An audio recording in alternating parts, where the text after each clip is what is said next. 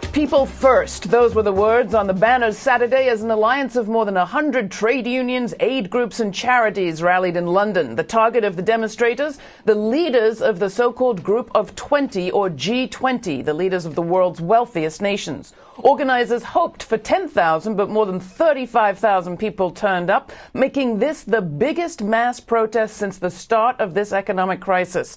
To give us the view from the streets and some perspective on the debate, we welcome back Tony Benn, former member of the British Parliament and Labour cabinet minister. He'll be out again in the streets speaking at a major demonstration scheduled for Wednesday, the day the G20 summit starts. Tony, welcome back to the program. What were the demands of those who rallied this Saturday?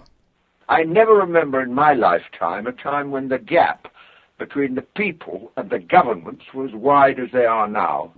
And it's a tremendous reflection of the discontent about the war, discontent about the handling of the climate, discontent about the way the bankers are being bailed out and people who are losing their jobs and their homes in foreclosures are being left to swing in the wind.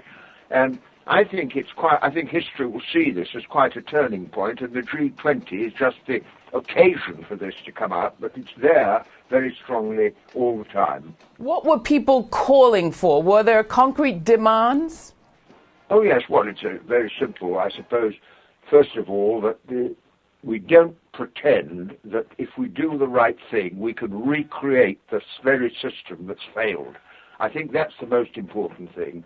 Secondly, people want immediate, urgent action to deal with the unemployment, and they want action to deal with people losing their homes and so on. Then you see it is now said, and this is perhaps long-term the most important thing of all, it is now said that we've got to have a global architecture to deal with a global crisis. Well, fair enough, but who will control the global architecture? Because this is basically a democratic question. I can imagine circumstances where a wonderful global architecture was set up, but it was totally undemocratic. And if you were to have a democratic structure, then of course China with over 1 billion people, India with over 1 billion people, Africa with hundreds of millions of people would have an equal voice with wealthy countries, the United States and Europe and so on. And this opens up incredible possibilities for continuing solidarity across the world.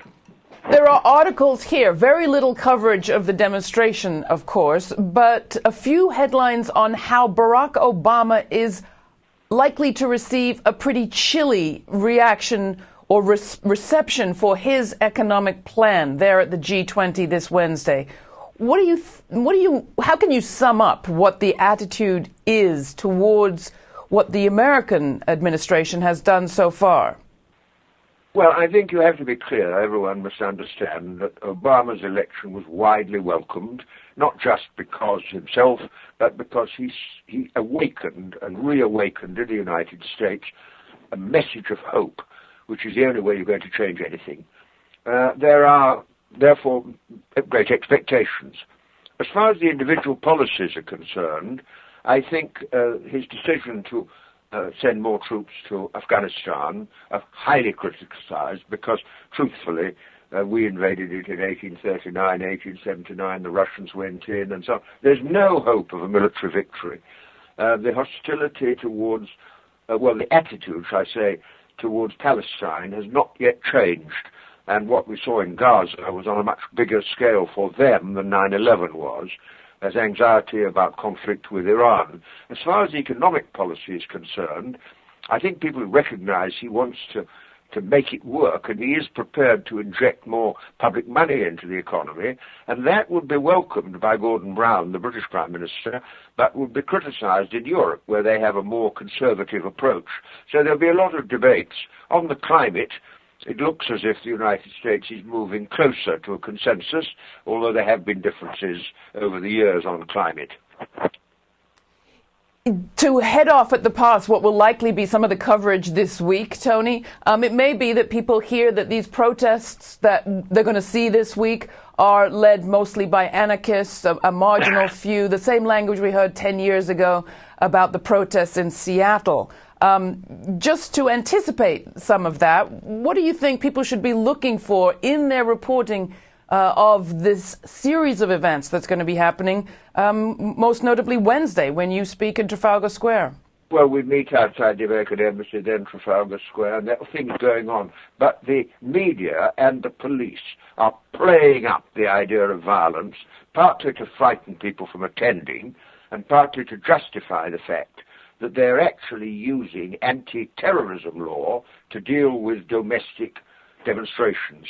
You see, I don't like the word protest, because if you say you're protesting, you're saying I've lost and I don't like it. I believe in demands. If you make demands, the women made demands for the vote, the men made demands for the vote, the trade unions made the demands to be recognised. Apartheid ended because of a demand. The British Empire ended because people demanded independence. And if you put it that way around, it's very, very positive. And I don't think those few anarchist groups who may turn up will get any sort of support for what they do, but they will try, the establishment in Britain, the government and the media, will try to pretend that they're the ones leading it, and they're not. Tony Benn, thank you so much for joining us. Tony Benn joining us from London. He'll be speaking Wednesday at the big demonstration that will greet the kickoff of the G20 summit. Thanks so much for being with us here on GRITtv.